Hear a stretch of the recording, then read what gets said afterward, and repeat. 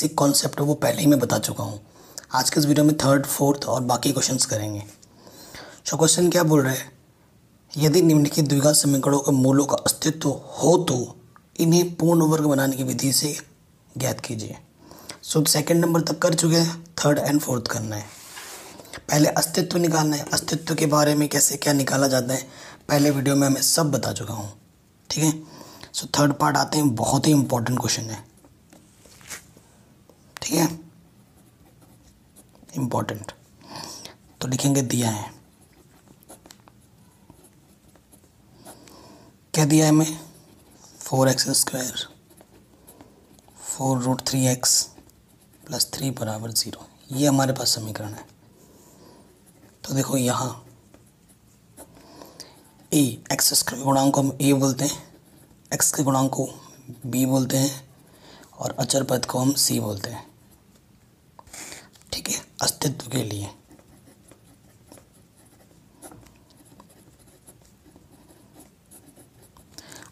लिए हम विभक्ति का डी निकालते हैं। d² का और डी का फॉर्मूला था b² - (4ac). b कितना 4√3 और 4a कितना 4c है 3। सो इसका मतलब होता है 4√3 को 2 बार गुणा करो,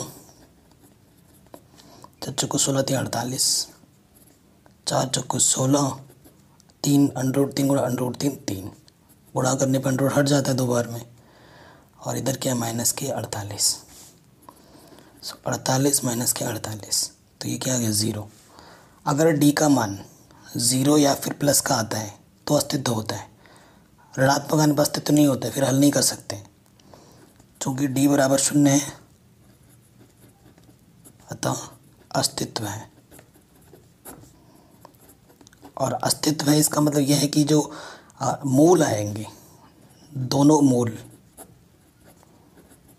समान आएंगे, क्योंकि अगर जब डी का मान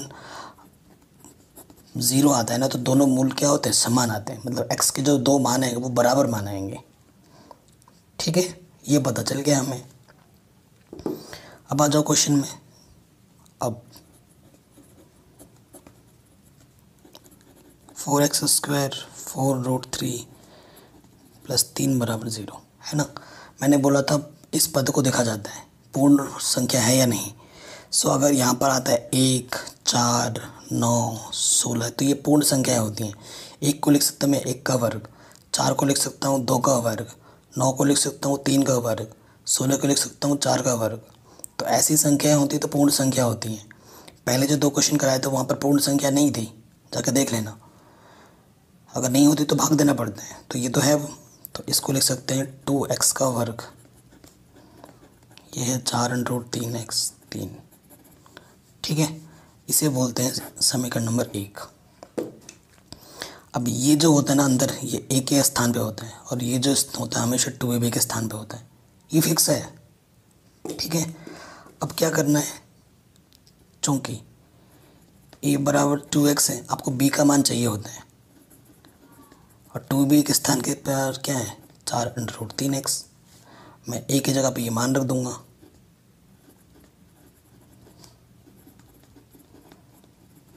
x से x घटा 2 दूनी 4, 4 से 4 घटा, ठीक है, दोनों तरफ।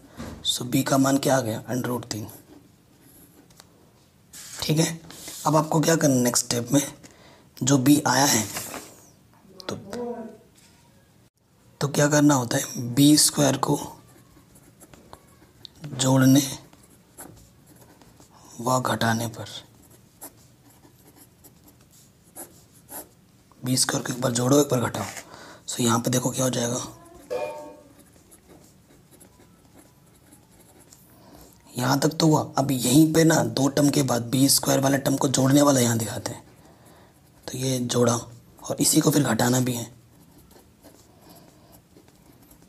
और ये 3 पहले से ही है, ठीक है। एक ही चीज़ को हम जोड़ भी रहे हैं, एक ही चीज़ को घटा रहे हैं, तो संख्या पे कोई प्रभाव नहीं पड़ रहा है। अब यहाँ से यहाँ तक देखो, ये होता है a + b का या फिर a - b का होल स्क्वायर। अगर सारे पद प्लस के हैं तो यानी कि a + b का ये होल स्क्वायर है। तो a हमारे पास क्या था 2x, b हमारे पास क्या था √3। इसको अगर खोलोगे ना तो आपको यही मिलेगा फिर से। और देखो यहाँ से ये वाला उधर चला जाता है ना, तो ये माइनस का इधर आके क्या हो जाएगा प्लस का, और ये प्लस का इधर आके माइनस का। √3 का स्क्वायर करोगे तो 3 - 3 यानी कि 0। तो यहाँ से मिल जाएगा 2x प्लस √3 0, यानी कि इसका मतलब क्या होता है वर्ग का, कि यही चीज़ 2 बार है गुणे में, यही चीज़ 2 बार गुणे में है। तो यदि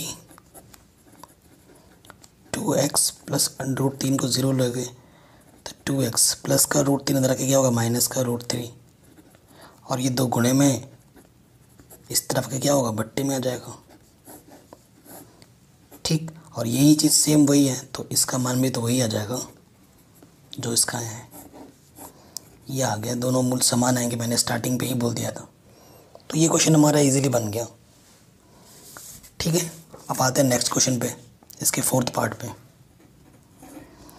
फोर्थ पार्ट में देखो क्या है, यह है क्वेश्चन हमारे पास। तो अस्तित्व निकालेंगे।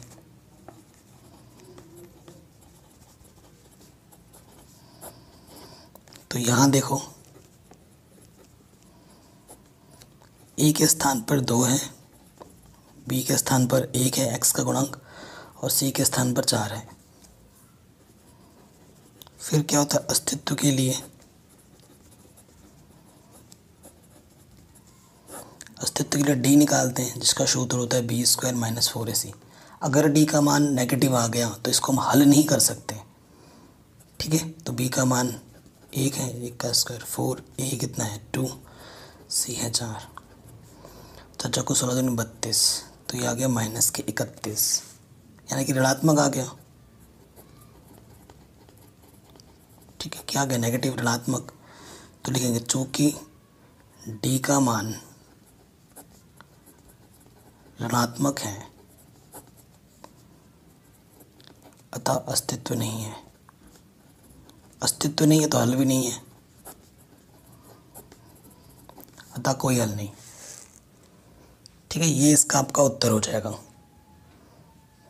कोई दिक्कत नहीं है, आराम से हो गया। चलिए आगे बढ़ते हैं, नेक्स्ट क्वेश्चन पे आते हैं। देखो क्वेश्चन नंबर 2 में क्या बोल रहे हैं, उपर्युक्त प्रश्न 1 में दिए गए द्विघात समीकरणों के मूल द्विघाती सूत्र का उपयोग करके ज्ञात कीजिए। ठीक है, द्विघाती सूत्र का उपयोग करके हमें ज्ञात करना है। सो पहले मैं द्विघाती सूत्र बता देता हूँ।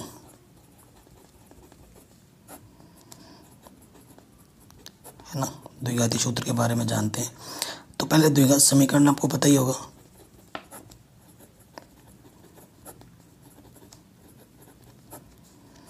द्विघात समीकरण यानी कि ax² bx + c = 0। यहाँ पर कभी भी a का मान 0 नहीं हो सकता, बाकी कुछ भी हो, लेकिन a का मान 0 नहीं होता है। x की घात अधिकतम 2 है, तभी द्विघात समीकरण है, और x की घात 2 है, इसके कितने मूल निकलेंगे 2 मूल, जिसे शून्यक भी बोलते हैं।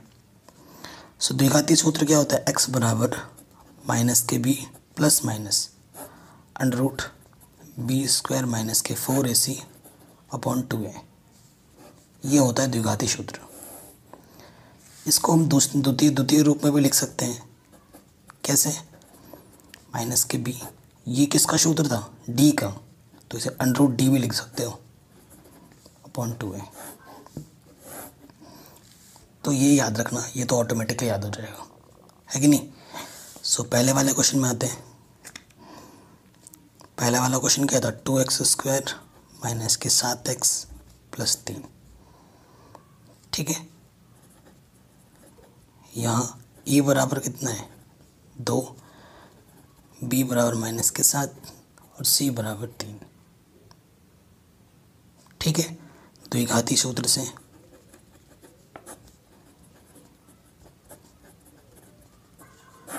तो x बराबर फॉर्मूला क्या होता है, -kb +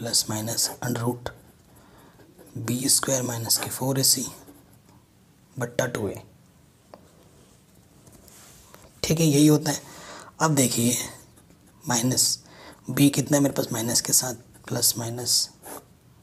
√b कितना है -7 स्क्वायर 4, a कितना है 2, c कितना है 3।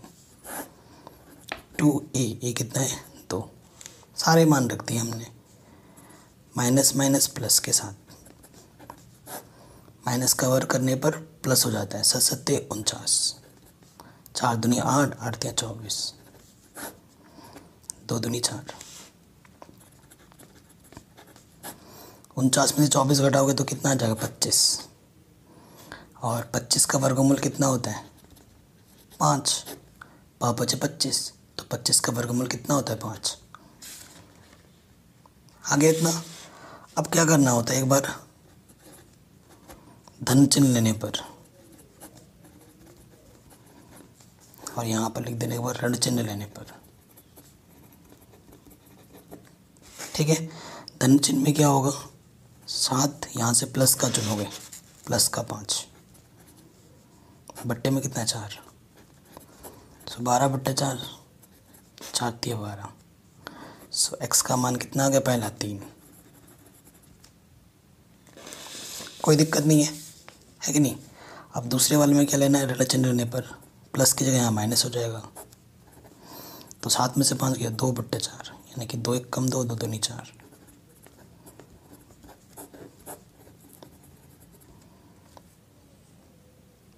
ठीक, आराम से हो गया। इसी तरीके से बाकी सारे क्वेश्चनों को करना है। सेकंड पार्ट पे आ जाते हैं। यह है क्वेश्चन सेकंड। 2x² + x - 4 = 0। ठीक, ये है। तो हम लिखेंगे यहाँ a बराबर 2 है, b x का गुणांक 1 है, c कितना है -4। ठीक है। तो देखिए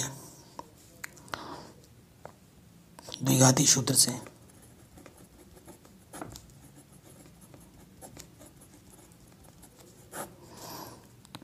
x बराबर -b ± √b² - 4ac/2 है। ठीक, माइनस b का मान 1 प्लस माइनस b² - 4ac का मान कितना -4 2a। तो -1 प्लस माइनस 1 का वर्ग 1, नेगेटिव इंटू नेगेटिव क्या होता है पॉजिटिव। 4 को 16 दूनी 32। तो यहाँ से आ गया -1 प्लस माइनस √33 4। ठीक है। सो वही चीज़ लिखेंगे प्लस चिन्ह लेने पर। तो यहाँ से आ जाएगा नेगेटिव, प्लस चिन्ह लेने पर यहाँ प्लस लग जाएगा √33 + 4। तो यहीं पे छोड़ देंगे क्योंकि ये अपरिमेय संख्या है, वैसे परिमेय संख्या घट नहीं सकती, तो यही आंसर है। फिर लोगे माइनस चिन्ह लेने पर -1, बस यहाँ से माइनस ले लो। फिर इसको यहीं पे छोड़ देंगे क्योंकि इससे और सरल नहीं हो सकता। ये आ गया दूसरे पार्ट का आंसर। ठीक है, ये भी हो गया आराम से। थर्ड पार्ट पे आते हैं। थर्ड पार्ट हमारे पास है 4x² 4√3x + 3 = 0। ठीक, सो यहाँ a है 4, b है 4√3 और c है 3। ठीक है। तो द्विघाती सूत्र से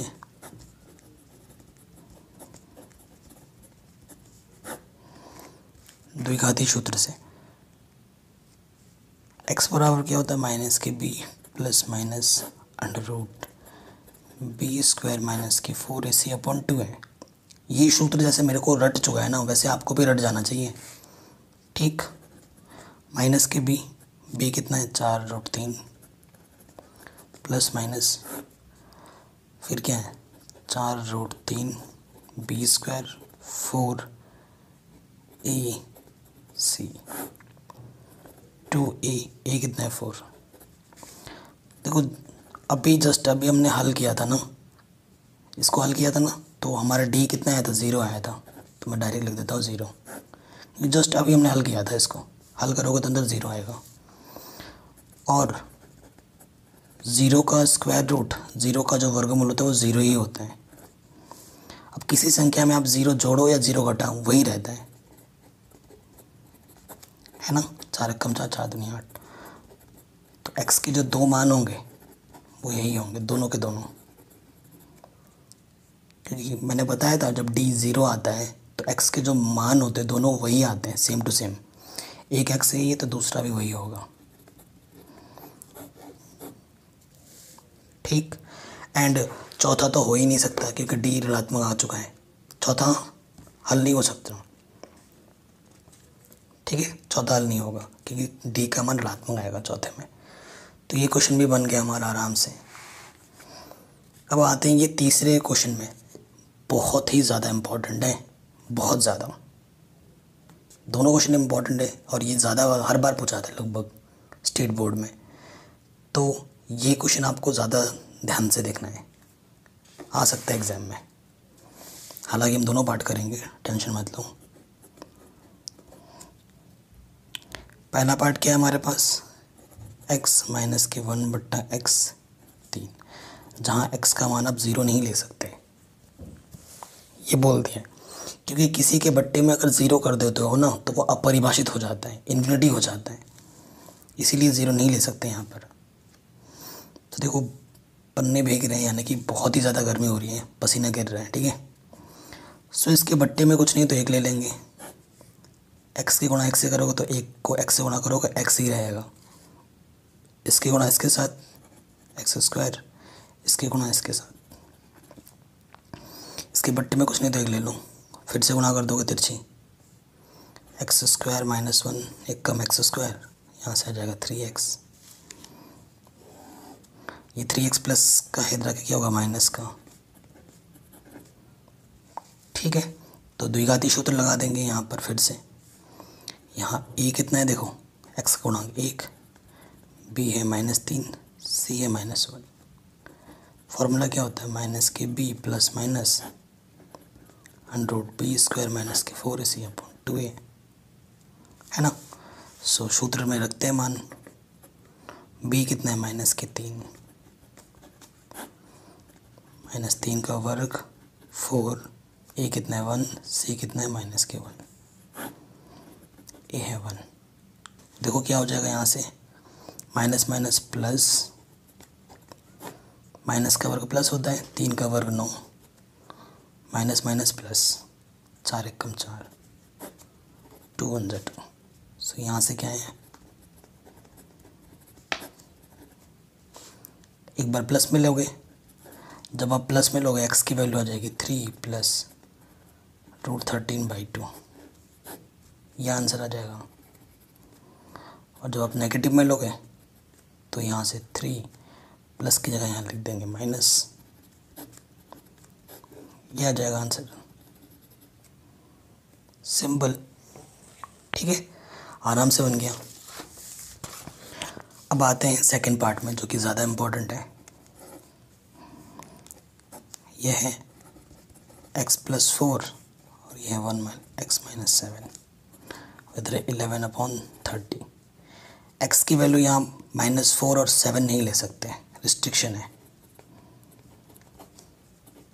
इन पर। x की वैल्यू अगर -4 रख दोगे या फिर 7 रख दोगे तो ये फंक्शन परिभाषित नहीं होंगे, तभी ये चीज़ मेंशन की जाती है। तो वही हल करेंगे, इसकी गुणा इसके साथ कर दो, लॉस अपॉन, इसकी गुणा इसके साथ x - 7 एकम x - 7, x + 4 एकम x + 4, और इधर है 11/30। ऊपर खोलो, माइनस के x प्लस -4, नीचे से क्या हो जाएगा, x स्क्वायर 4x माइनस के 7x तो माइनस की 3x, और 4 7 28, ठीक है। रूल है, पढ़ रखा है आपने छोटी कक्षाओं में। सो x से x कट गया, ऊपर कितना आ गया, -11, नीचे है x स्क्वायर माइनस की 3x माइनस के 28, इधर है 11/30। सो देखो 11 एक कम 11, ठीक है। सो यहाँ से आ गया -1,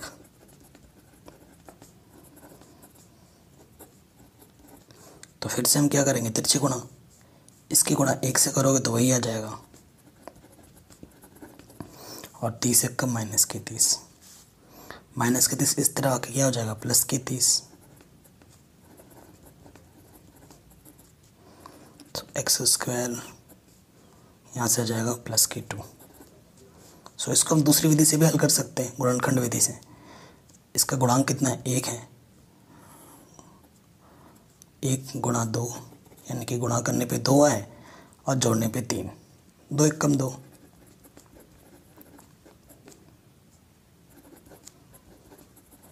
माइनस से अंदर मल्टीप्लाई कर देंगे, जोड़ा बना लेंगे। ये सब पढ़ रखा है आपने, चैप्टर 3 में ही पढ़ रहे हैं। यहाँ से उभयनिष्ठ के हैं, x यहाँ 2 बार है तो 1 बार बचेगा, x पूरा बाहर है तो यहाँ से 2 बचेगा, यहाँ से कुछ भी कॉमन नहीं है तो 1 ले लो, बाहर माइनस है तो अंदर का चिन्ह बदल जाएगा, और यहाँ जो है यहाँ वही आना चाहिए। अगर गलत आया आपका, यहाँ कुछ और है तो आपने गलत कर दिया है। ऊपर जो 2 बार है उसको 1 बार लिखते हैं, और जो आपने ब्रैकेट लिया है, कॉमन निकाला है, उसको दूसरे ब्रैकेट में रखते हैं। यदि x - 2 = 0, सो माइनस के 2 उधर जाके क्या हो जाएगा, +2 आंसर। यदि x - 1 = 0, सो माइनस के 1 इधर आके क्या हो जाएगा, +1 आंसर। ठीक है, तो इस तरीके से हमें करना था। तो आज क्वेश्चन नंबर 3 तक किए हैं, बाकी जो क्वेश्चन बच रहे हैं हम नेक्स्ट वीडियो में करेंगे। ठीक है, बाकी सारे चैप्टर करा रखे हैं, लिंक्स मिल जाएगी डिस्क्रिप्शन पे।